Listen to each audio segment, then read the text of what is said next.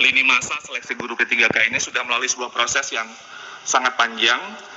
Kita mulai dari dialog dengan Kementerian Keuangan untuk memastikan bahwa anggaran untuk 1 juta formasi itu disediakan, lalu kemudian dengan Kemenpan-RB untuk memastikan bahwa formasi itu disetujui, dan seterusnya dengan Pemda kita sosialisasikan dengan seluruh Pemda, dan terus kita melakukan misalnya ada materi pembelajaran karena kita ingin guru-guru kita mempersiapkan diri dengan sebaik-baiknya. Kita sediakan modul-modul untuk belajar, membantu mereka mempersiapkan diri, dan terus sampai kemudian desain tesnya pun kita ingin maksimalkan.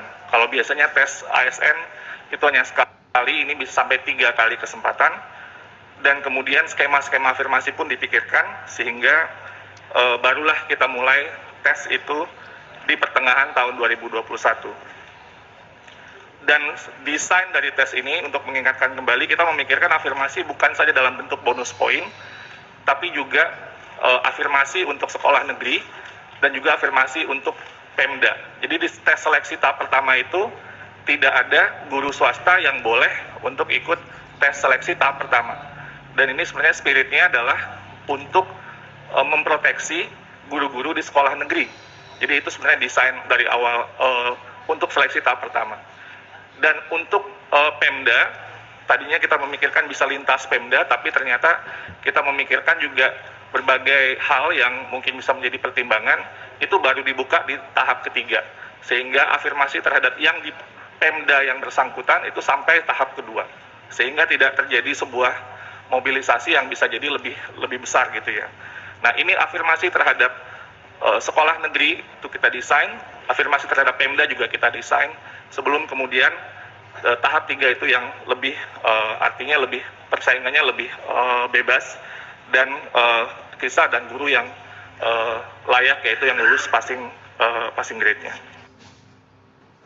Sementara guru honorer yang ada di sekolah negeri itu angkanya 742.000. Jadi ini sebenarnya kalau dilihat dari proporsinya, formasi itu lebih banyak daripada guru honorer yang ada. Jadi itu menunjukkan ketimbangan supply dan demand yang sangat besar. Afirmasi terhadap yang di Pemda yang bersangkutan itu sampai tahap kedua, sehingga tidak terjadi sebuah mobilisasi yang bisa jadi lebih besar gitu ya. Nah, ini afirmasi terhadap sekolah negeri itu kita desain, afirmasi terhadap Pemda juga kita desain, sebelum kemudian tahap 3 itu yang lebih artinya lebih persaingannya lebih bebas, dan kita akan melakukan optimalisasi jika masih ada formasi yang tersisa dan guru yang layak, yaitu yang lulus passing masalah. Jadi mereka sudah lulus passing grade tapi belum dapat formasi, tapi di tahap kedua ditambah dengan isu sekolah swasta. Jadi yang ada guru honorer sekolah induk yang bagian ketiga sudah lulus passing grade namun kalah bersaing dengan guru swasta. Nah, inilah yang isu yang terus kita juga menerima banyak sekali masukan-masukan dari berbagai pihak, dan kita melihat sebenarnya seperti tadi saya sampaikan, jika Pemda mengajukan formasi secara maksimal 1 juta formasi, maka sebenarnya formasi itu berlebih 250.000 atau sekitar 25% dari guru honorer existing. Jadi sebenarnya formasi itu jauh lebih banyak daripada guru honorer yang ada di lapangan. Jadi sehingga kita akan terus mendorong, memperjuangkan bersama-sama bagaimana Pemda bisa memaksimalkan pengajuan formasi tahun ini. Nah, yang waktu itu saya juga sama, kita ingin dia harus tes lagi, pada saat formasinya keluar dia langsung dapat. Itu adalah posisi Kemendikbud pertama. Jadinya guru-guru honorer di luar, para organisasi-organisasi harus menyadari bahwa Kemdikbud ada di sisi mereka, dan kami sedang berjuang setiap hari untuk meyakinkan perubahan, sehingga perubahan Permen Pan-RB, sehingga proses seleksinya itu bisa pada saat guru itu sudah lolos passing grade, kita ingin dia langsung, dan formasinya terbuka, dia langsung dapat, nanti belum mengikuti tes lagi ya. Itu yang pertama, kita mengambil posisi yang sangat jelas untuk membela hak guru yang sudah lolos passing grade tetapi belum dapat formasi. Kedua, mengambil posisi yang sangat jelas juga, kami sedang memperjuangkan bahwa seluruh proses rekrutmen ini kami ingin pastikan memaksimalkan afirmasi dalam bentuk apa? Afirmasi dalam bentuk kesempatan terbesar dan prioritas bagi guru di sekolah induknya.